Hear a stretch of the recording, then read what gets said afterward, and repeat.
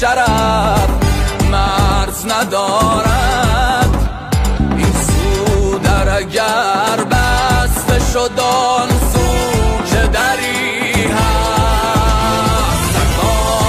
سواران حرم مثل تو رفتن، نام حسین است به سربند سری هست.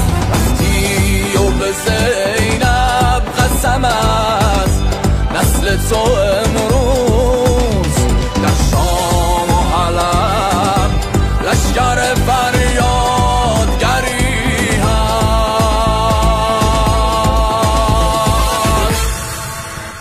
آن را که خبر شد خبری باز نیامد،